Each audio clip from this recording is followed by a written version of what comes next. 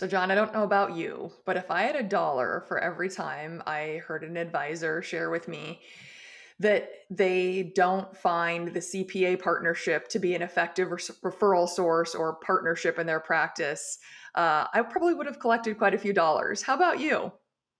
It reminds me of first dates, right? Where no party trusts the other one, trying to figure out what they're all about. And Julie, I don't know how many CPA CE meetings you've done over time, but it's sometimes I feel like advisors are just going through the motions versus actually seeking to build those longer term relationships. I wholeheartedly agree. And I think sometimes emotions are very quickly run through, and there really isn't that opportunity to get to know each other and truly develop a trusted relationship. But on today's podcast, Jon Kuttin is going to share with us how not only did he successfully kind of engage CPAs as part of his everyday practice, but he actually made CPA relationships kind of a foundational element of growing his very successful practice. And I think our listeners will really enjoy hearing what Jon has to say about his approach to engaging the CPA community and building that kind of center of influence network. So, Julie, why don't you share with our listeners a little bit about who Jon Kuttin is? Jon Kuttin is a Barron's Hall of Fame advisor with nearly 30 years of experience leading and growing a financial advisory practice to over 65 million in gross revenues.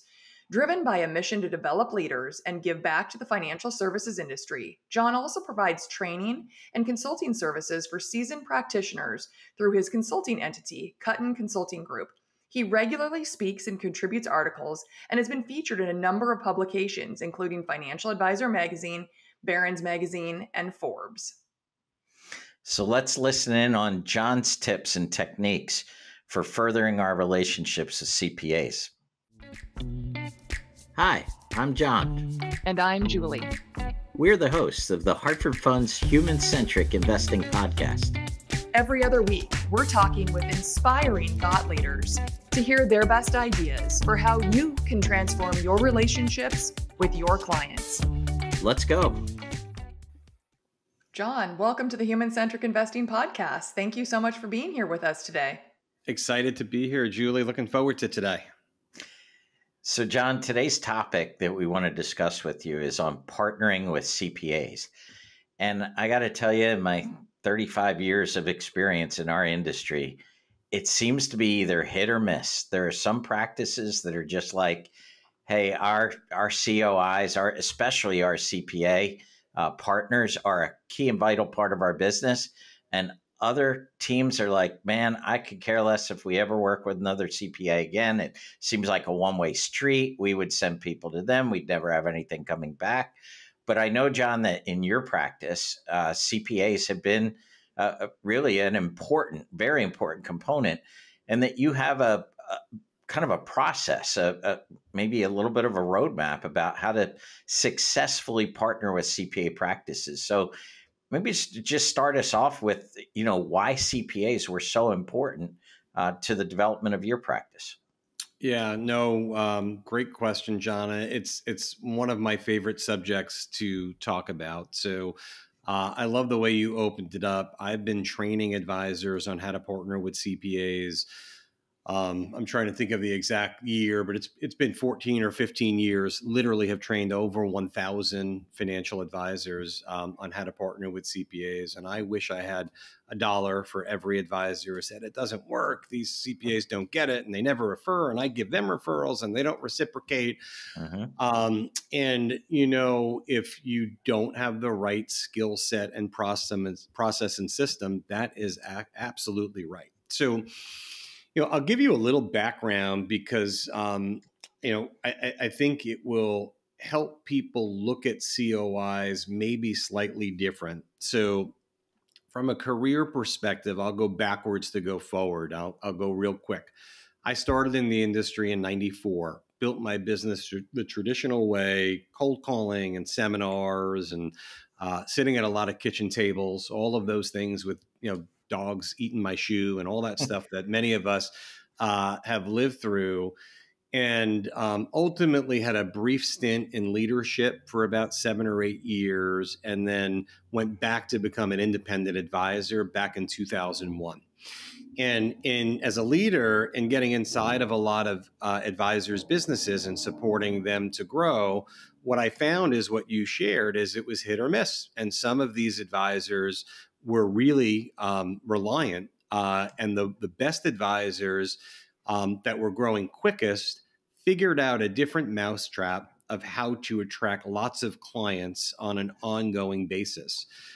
So when I went back into private practice full time, I thought CPAs, COIs in general, but I focused on CPAs, was actually the way to go. And to make a very long story short, I built my first CPA partnership in 2001 with a CPA who's a dear friend today and still a partner of our firm. His name is Ken Serini. Ken and I now coach together from how to help advisors build these partnerships. And what I realized was, one, I got lucky with Ken. So Ken was already a certified financial planner. He was already tinkering with financial planning internally, although he wasn't licensed yet. He was well beyond his years, because to our listeners, in 2001, right, it was frowned upon by the AICPA and the CPA community at large for a CPA to also be involved in financial planning. It was not the norm. And I could tell you, I had probably 100 plus doors slammed in my face by CPAs as I started to try to build this business. But I got lucky, right? By doing the activity, you make your own luck. And I stumbled on Ken. And I learned a ton from Ken and how he thought, right, as a CPA practitioner, maybe more importantly, how other CPAs thought, which we'll hit hopefully throughout our conversation here today. But that was what it was for me, was thinking, how can I go B2B as opposed to B2C, right? B2C is how back in the day could I use a telephone or a direct mail list to go get new clients. And what I discovered is Ken, in his example, had about 1,000 tax clients that he was their trusted, knowledgeable advisor. Let's face it, folks, the CPA is the most trusted, knowledgeable advisor. And if I was able to get what I now call, I didn't call it this in 2001, but his borrowed trust from the relationships that he had to transition them to me, what I realized was if he had 1,000 clients and 20 or 30%, which statistically is what we find happens done right over a period of time, of his clients can become my clients. Well, if I could go find 3 Ken Serinis, well, my client acquisition can be completely done. And I never have to worry about that dreaded marketing word again. If I could have a bunch of CPA partnerships that refer clients for my career, right? So I coined, John and Julie, this phrase, at least I think I coined it. I could have stole it from somebody. I forget by now, but I think it's mine now. It's either eat now or eat later marketing. Eat now or eat later marketing. Most advisors focus on eat now, which is what activity can I do today that can bring a client in a week or two? I can ask a client for a referral, which is a good idea. I could do a client event. I could do a seminar. I can go to the Rotary Club. I could be in a networking meeting, and I can try to get that today, right? With CPAs, you need to delay gratification. It takes a while to build trust, takes a while to build relationship. But once you have a real partnership, is what I call it, right? Or alliance, right? Might be a better word that I call it, with a CPA, it's for life. And if they could refer 5 or 10 or 20 new clients per year in perpetuity, you get to eat forever, right? So it's a little bit of a different way of thinking. And I think it's a 10x way of thinking, right? How do you 10x a business as opposed to a 2x way of thinking, which is more, how do I get a client next week? It's interesting, John, and I love the way you're thinking about this sort of a longer term approach and really building that partnership. Do you think, or maybe I'll ask, how did you start to really articulate or show the CPAs in your network what you really do? Because I sometimes wonder, I'll hear advisors say, I dropped off my card, or I sent them an email, or I dropped them off a gift basket at tax time. And, on their card, it says financial advisor, but how does that CPA really know what your process is? And how is the referral to you, more than, oh, you should go, meet Jon Kuttin. He's a great guy, or he's an advisor in the area. How did you take that from your title to really indoctrinating them into what you do, how you do it, and how their clients will be well taken care of once that referral process happens? Yeah, so I'm going to tell a quick story that I think will resonate with your audience. So um, back in 2003 or four, don't quote me on the date, I was hired by Ameriprise, right, to actually go out and kind of train the leaders around the organization, because Ken and I had so much success. Ameriprise had launched this professional alliance program internally inside of the broker dealer. And I was kind of the guy who went around and spoke to advisors all around the country on how to do this and how to actually build a system and process around it. And Ken and I actually did it together. So it was amazing because I brought a real live example, which is kind of how we built our whole consulting business together, to illustrate here's what a partnership looks like and here's the perspective of a CPA. So I'll never forget, we're in a hotel. There's about 50, maybe 60 successful advisors in the audience.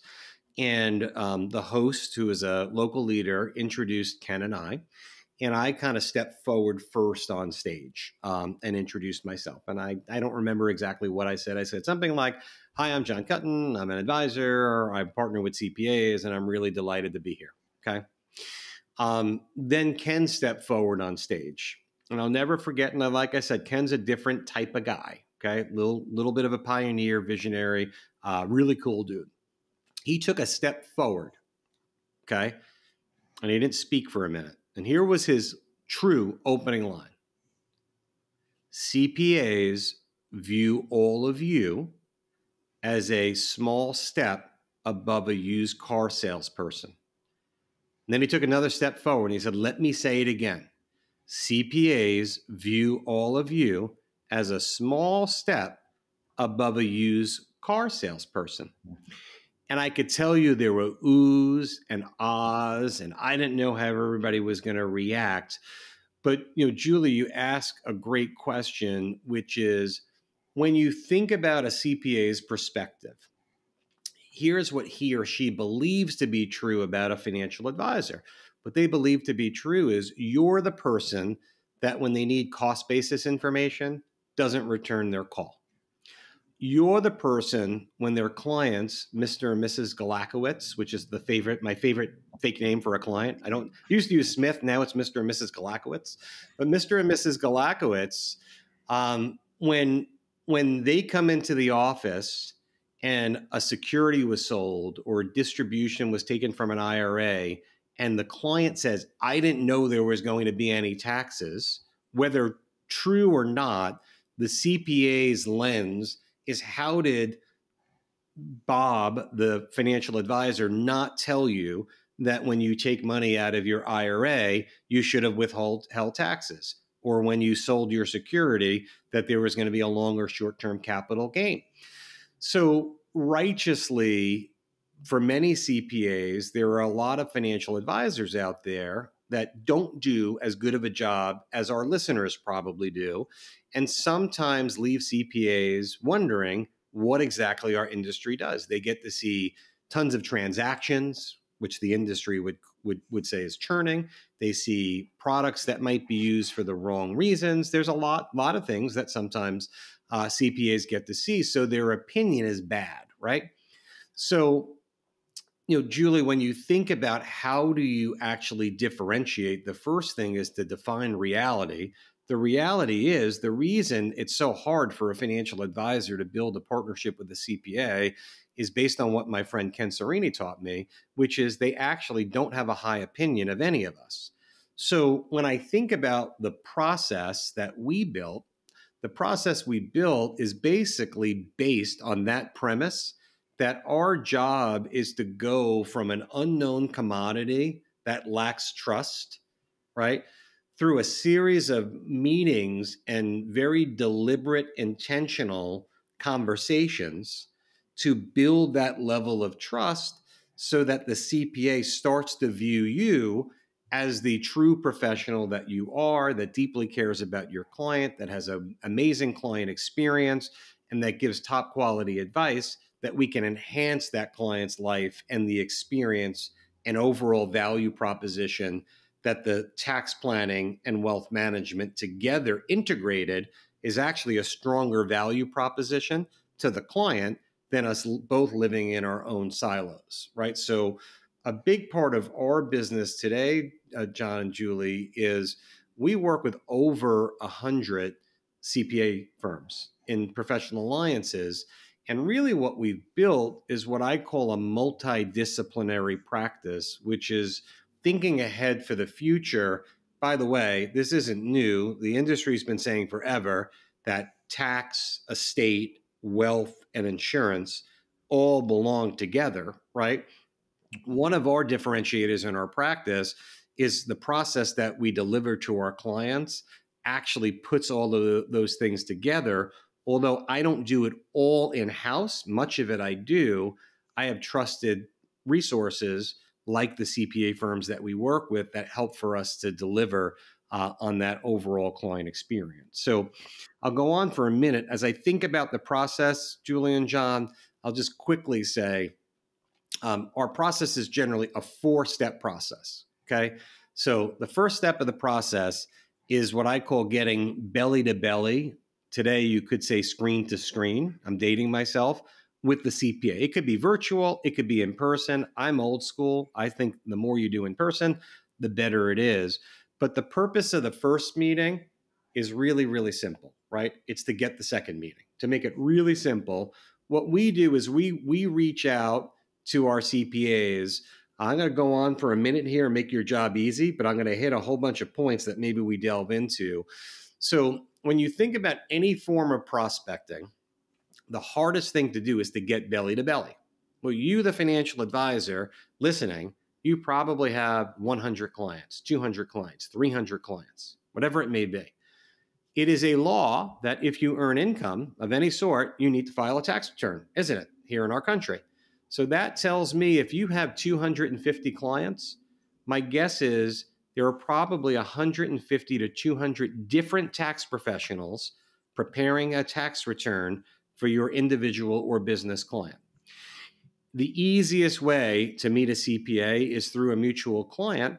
And I would say something like this, guys. If John and Julie, if you were my clients, I say, John and Julie, as you know, part of our process is I want to make sure that my advice is aligned with the best tax planning advice. If you wouldn't mind, I'd love to reach out to say hello to your CPA with your permission for 15 minutes to introduce myself, to just make sure that we're on the same page and we're taking the best opportunity to have you pay as little in taxes as possible. Would it be okay if I reached out to your CPA? In fact, would you mind putting us on an email thread, just saying it's okay so that we can get a couple of minutes together? Okay, really simple. If you have 250 clients, there's 200 CPAs, get 150 of your 200 clients to send that email.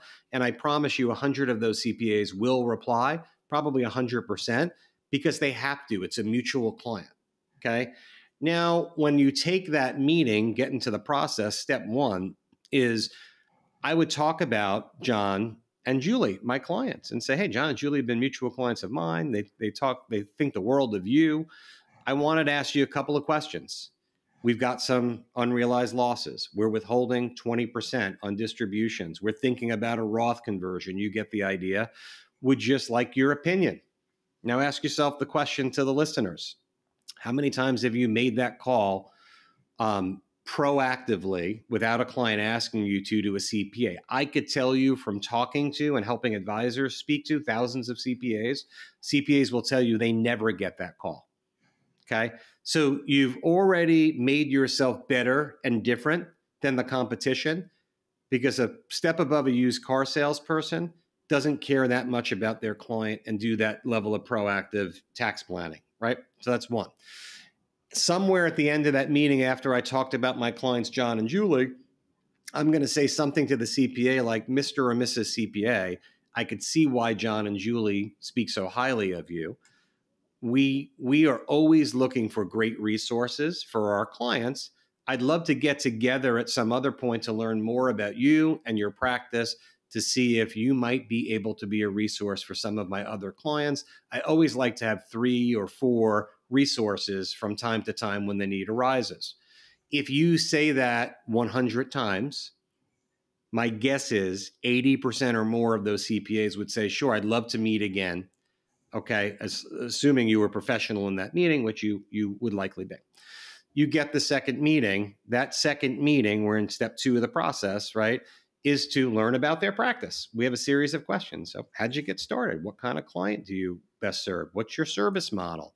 So on, et cetera. How do you charge fees? What would be the best way to introduce you to a client? Where do you work best? What's your niche? Do you have a niche? Do you work better with small business owners, right? To show a little bit of your knowledge. Somewhere at the end of that meeting, right? You got this second meeting. You've accomplished the mission. You're going to say something like, and we've scripted all this, you're going to say something like, Mr. and Mrs. CPA, it was really great to get to know you a little bit today. I think you might be able to be a resource together. I would love to figure out if there's a way for us to build a mutually beneficial relationship together. I realize, although John and Julie are mutual clients of ours, you've never really seen exactly what we do and how we deliver advice in our practice. Next time, maybe you can come to my office, and I'd love to take you through what we do, how we work, so you can see my operation. Now that I know more about yours, I feel like we might be able to help each other grow our businesses, if that might be something you're interested in. In fact, if you take a ride out to my office, I'd love to take you out to lunch afterwards, just to get to know each other a little bit. And I'd love to get your feedback, because I always am interested in feedback on what smart professionals like you think about my practice. About 60% of CPAs will follow through on that statistically. Not all of them, okay? Because now it becomes a little bit more real, right? And we've switched it on them a little bit, right? We're kind of moving into what they thought we were trying to do, which was get referrals from them. They know that. They're smart. They come to my office, Julie and John, and we do exactly what I said. I call it a show and tell meeting. They come in. My receptionist knows they're coming in. They greet them. Hello, Mr. and Mrs. CPA. We've been waiting for you. I give them a tour of the office. I introduce them to my team if I have one. We sit in the conference room. I show them how we do planning. I show them how we do client experience. I show them our CRM system. I talk about our asset allocation. I talk about all of the things that we do that shows how professional. We send our clients birthday cards. We send summary letters. We do client events. We do all of these amazing things for our clients, just like you, Mr. and Mrs. CPA. And by the way, to our listeners, usually better than their process, right? Mm-hmm. They think we're a small step above, right, John? But we're actually usually better at delivery. We just can't tell them that. Right. And then I say things like, as you see in this portfolio, the client was more aggressive than they intended to be. As you can see, their beta was 1.2, which indicates 20% more volatility, and there was no alpha. I don't even know if I, joking, know what all that means anymore myself, right? But at the end of the day, what is the CPA thinking? Man, this guy or this gal really knows their stuff. I don't know that, because CPAs believe they know everything. What I know is they know very little about what we do as financial advisors.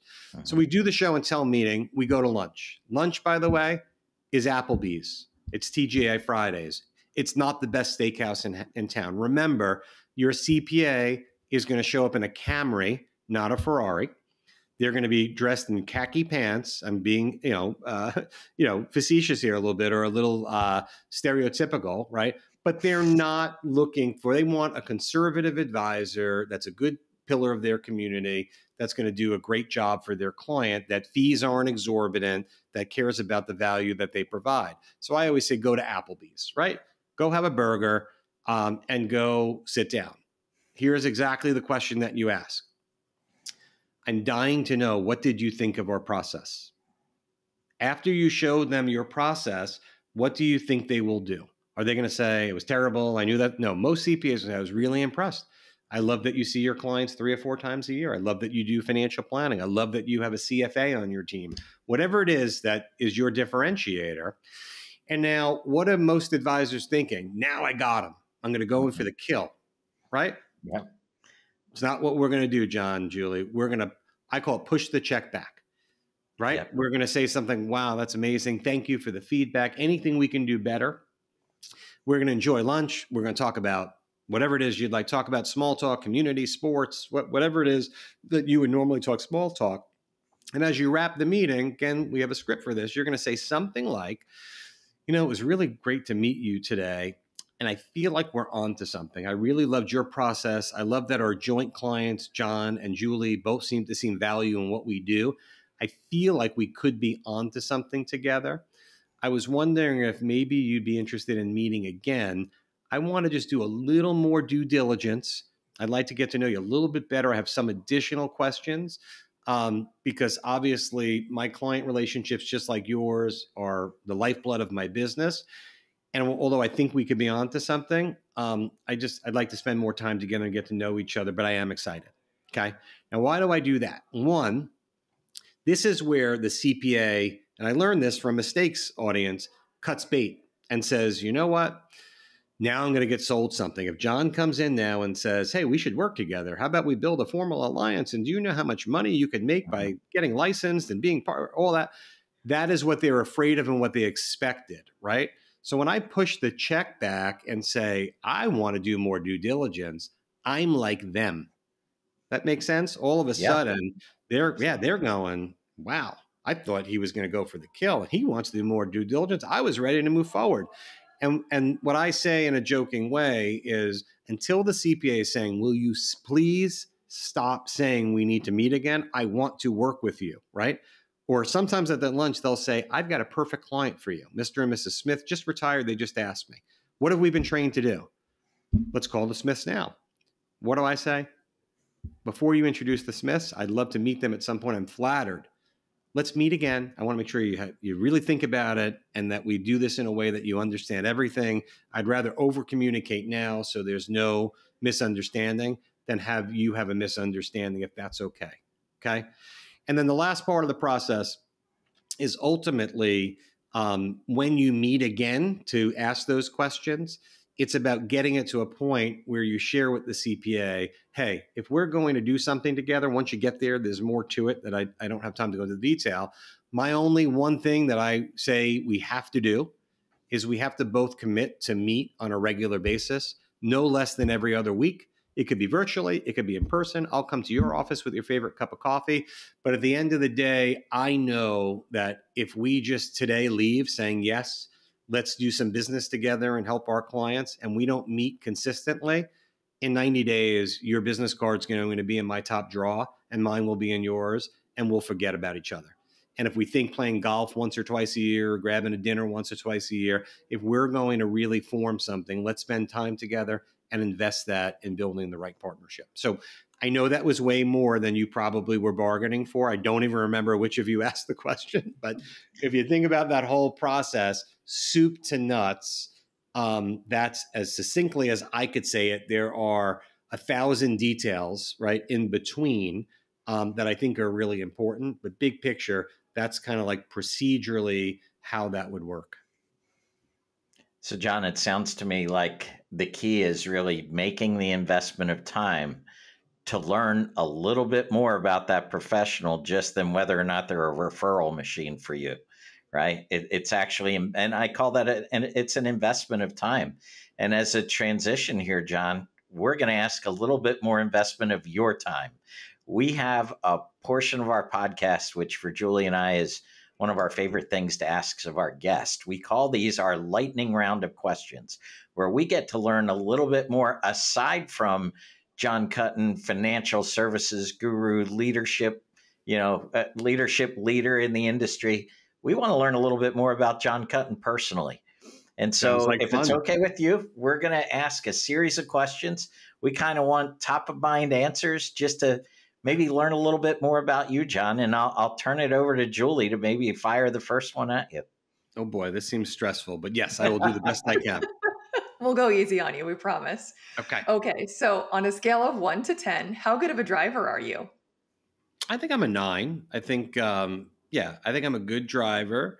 Don't want to jinx myself, but I've been a very safe driver. I will share as an aside, I'm a very slow driver. I like to podcast. So we talked on a previous podcast around me spending 15, maybe 20 hours a week consuming podcast content.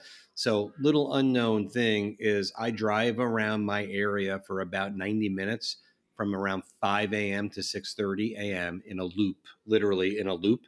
And that's how I consume most of my listening. Wow. All right, Jon, I know how busy you are. So do you use a paper to-do list or are you a digital guy? Ooh, I'll give you neither of the above. Really? Yeah. So I have a memory like an elephant. I literally barely use a computer. I don't have a pad. I keep almost everything in my brain, Wow. which is not ideal. I will say over the last couple of years, what I've done is I don't do any meetings alone, and I always have someone with me. So I've got a chief of staff whose name is Scott Lackey, who captures every single thing that I do now. And he is my instant reminder and memory. There you go. I think I know the answer to this, given the fact that you drive around from 5 to 6:30 a.m., but are you a morning person or a night owl? Both. No, I'm kidding. I do sleep. No, I'm up early, 4:30 to 5, naturally, not always, but over the last number of years. And my wife would tell you that by about 9:15, I'm a zombie. And she tells our friends that I generally fall asleep, what she calls mid-roll. So as I say goodnight to her and roll over, I'm snoring by the time I actually rolled over, which is a true story. Jon, what's your favorite city in the United States? Favorite city in the United States? In the United States, I would say I'm going to go with it's one of two. I'm going to either say Miami or La Jolla in California. I'll go with Miami. I'm going to have a place in Miami soon. And not that I am the hustle bustle Miami nightlife guy, but I do like the vibe of Miami and the water and obviously the weather and great dining, et cetera, in Miami also. Vegas is up there too. So I like a lot of different places. Well, Jon, thank you again for joining us here today on the Human Centric Investing Podcast. We so enjoyed all of your insights. And for our listeners that are interested in learning more about Kuttin Wealth Management, the independent practice of Ameriprise Financial Services, LLC, please visit KuttinWealthManagement.com. And for more information on Jon's CPA Alliance's coaching program, please visit Jon's coaching and training organization website at KuttinConsultingGroup.com. Thank you again for being here with us today. Thanks for having me, guys. Thanks for listening to the Hartford Funds Human Centric Investing Podcast. If you'd like to tune in for more episodes, don't forget to subscribe wherever you get your podcasts. And follow us on LinkedIn, Twitter, or YouTube. And if you'd like to be a guest and share your best ideas for transforming client relationships, email us at guestbooking@hartfordfunds.com. We'd love to hear from you. Talk to you soon. The views and opinions expressed herein are those of the guest, who is not affiliated with Hartford Funds.